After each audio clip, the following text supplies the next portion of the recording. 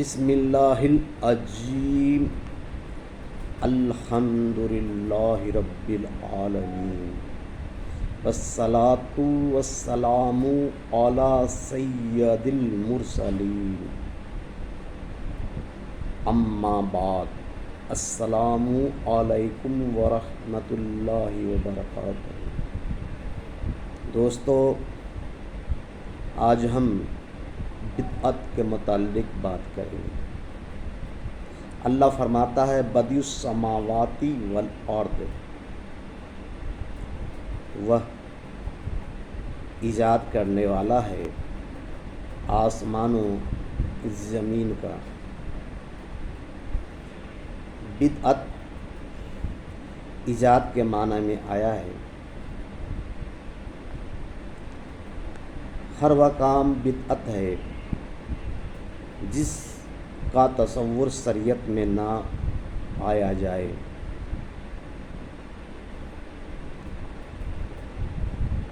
ہر وہ کام کی صورت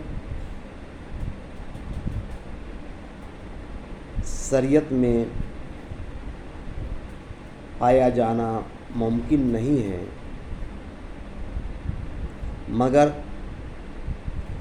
ہر کام کی اصل شریعت میں موجود ہے۔ دوستو، مثلاً کوا کھانا کیسا ہے؟ کوا کا ذکر قرآن و حدیث میں نہیں آیا ہے کہ کوا کھانا حلال ہے یا حرام، مگر اصل آیا ہے قرآن پاک میں کہ مومن کے لیے صرف طیب رزق ہی حلال ہے، اور حدیث پاک میں کوا کو خبیث کہا گیا ہے، اس لیے کوا کھانا حرام ہے۔ یعنی کہ اس کی اصل شریعت میں موجود ہے کہ وہ خبیث جانور پرندہ ہے، اس لیے ہم اسے نہیں کھاتے۔ اسی طرح ہم جو بھی کام کرتے ہیں اس کی اصل ہم دیکھتے ہیں، اس کی اصل شریعت میں ہے کہ نہیں۔ اگر اس کی اصل شریعت میں نہ پایا جائے اور اسے ہم کام کو کرے شریعت سمجھ کر اور اس پہ اللہ تبارک تعالیٰ سے اجر کا امید رکھے، تو وہ کام حرام ہے اور یہی بدعت ہے۔ مثلاً کچھ لوگ میلاد شریف کے ذکر کو بدعت کہتے ہیں۔ میلاد شریف کی محفل جس طرح کی جاتی ہے اس کی پوری صورت حدیث میں نہیں ملتی، مگر اس کی اصل شریعت میں موجود ہے۔ شریعت میں آتا ہے کہ نعمت پہ اللہ تبارک تعالیٰ کا شکر ادا کرو۔ کیسے کرو؟ عبادات سے کرو۔ جیسے کہ رسول اکرم صلی اللہ علیہ وسلم اپنے یوم ولایت و یوم نزول وحی کے دن روزہ رکھ کر اللہ تبارک تعالیٰ کا شکر ادا کرتے تھے۔ تو نعمت کا شکر ادا کرنے کے لیے عبادات کرنا یہ شریعت میں موجود ہے۔ رسول اکرم صلی اللہ علیہ وسلم کی پیدائش سے بری وہ مسلمانوں کے لیے کوئی نعمت نہیں، اس لیے اس کے شکر میں مسلمان ذکر کی محفل منعقد کرتے ہیں، مسلمان جلوس نکالتے ہیں جس میں اللہ اس کے رسول کا ذکر کیا جاتا ہے، اللہ کی کبریائی و رسول اکرم صلی اللہ علیہ وسلم کی نبوت کا نعرہ بلند کیا جاتا ہے، اور یہ سب عبادات میں سے ہے۔ تو یہ عمل بدعت نہیں، یہ عمل بدعت کب ہوگا؟ جب ہم رسول اکرم صلی اللہ علیہ وسلم کی پیدائش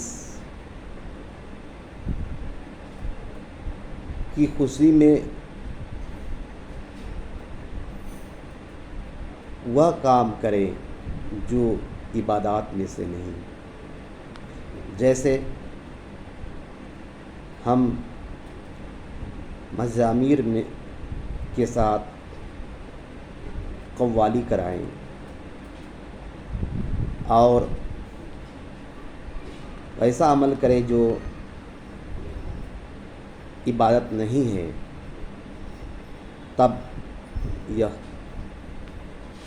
میلاد النبی کی خوشی بدعت ہو جائے گی۔ ہم بزرگان دین کی طرف سے نذر و نیاز کرتے ہیں، اس میں ہم دو عمل کرتے ہیں۔ ایک، جس کھانے پہ ہم جس کھانے کو ہم نظر کرتے ہیں اس پہ پہلے تبرکاً قرآن پاک کی تلاوت کرتے ہیں، اور پھر اسے ہم اللہ تبارک تعالیٰ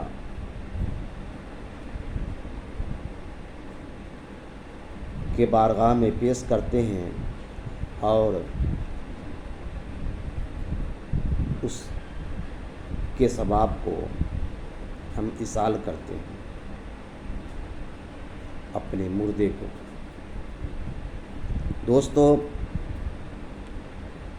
تو اس کے اندر ایک کھانے پہ تلاوت قرآن کرنا اور دوسرا اس کھانے کا ایصال ثواب کرنا، اگر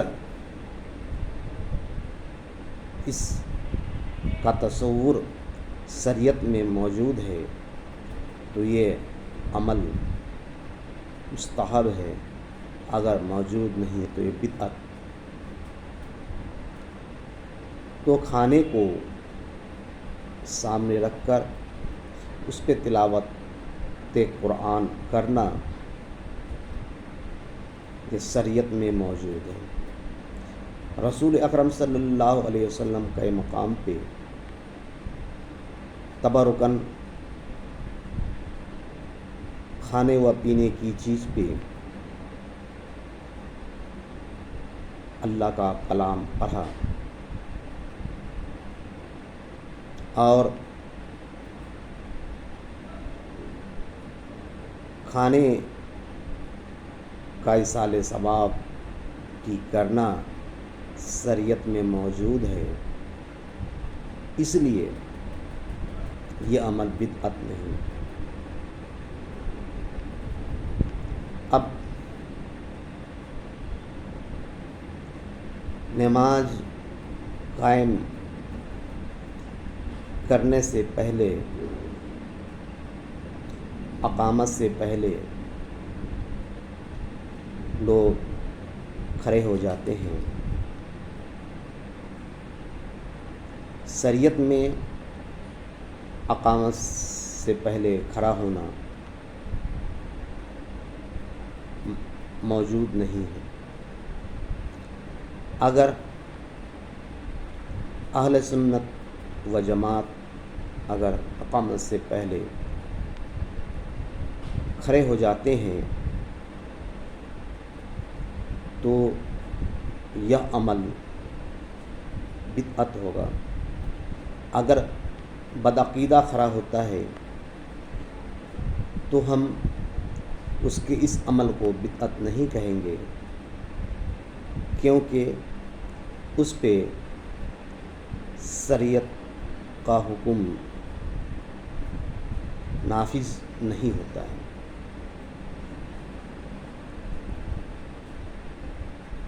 دوستو، بدعت کو سمجھنا چاہیے اور